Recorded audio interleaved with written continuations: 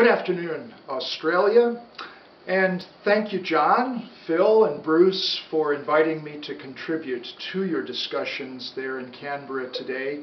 I really appreciate that because the brief I've been given is to look at the issues of scaling up, which of course you all know is a really deep passion of mine.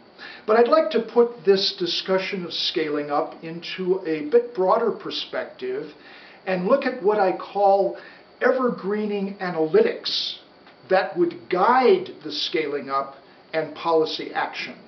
Because with the Climate Change Convention's new formal agreement to develop and reach global carbon neutrality by 2050, we now have the first formal opportunity to really drill down and determine how massive increases in carbon storage in the landscape are going to contribute, make a big difference in helping to balance fossil fuel emissions, particularly as we get towards 2050, when fossil fuel emissions have decreased dramatically and hopefully carbon in the landscape will have increased enormously.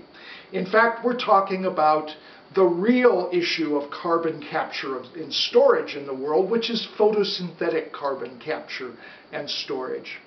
Well, I'd like to start the discussion from the point of departure of a seminal piece of work that was just published by the World Agroforestry Center, Bob Zomer and colleagues, just hot on off the press of Nature, which dealt with the topic of global tree cover and biomass carbon on agricultural land, the contribution of agroforestry to global and national carbon budgets. This piece of work has opened up an enormous opportunity for us to look at a thoroughly ignored and underestimated aspect of the global carbon budget.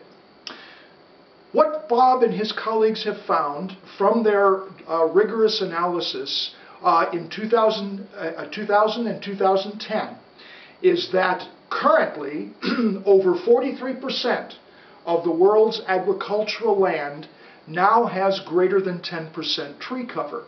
And between the years 2000 and 2011, there was an increase in tree cover by about 2%. It's increasing, not decreasing, on agricultural land. And by the way, these maps are showing only land that is not forest land, only land that is agricultural farmed land, as defined by FAO.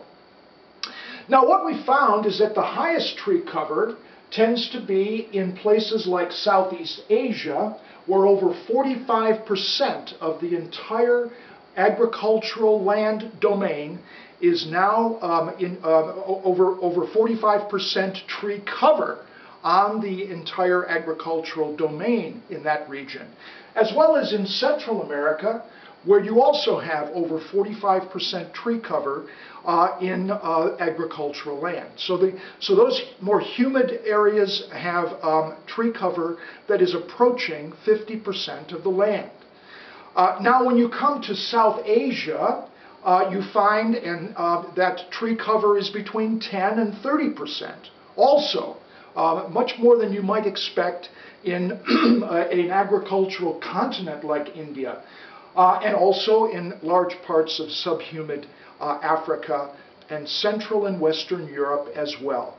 But this is also true in large parts of Brazil and the Amazon area, and Midwestern North America, by the way.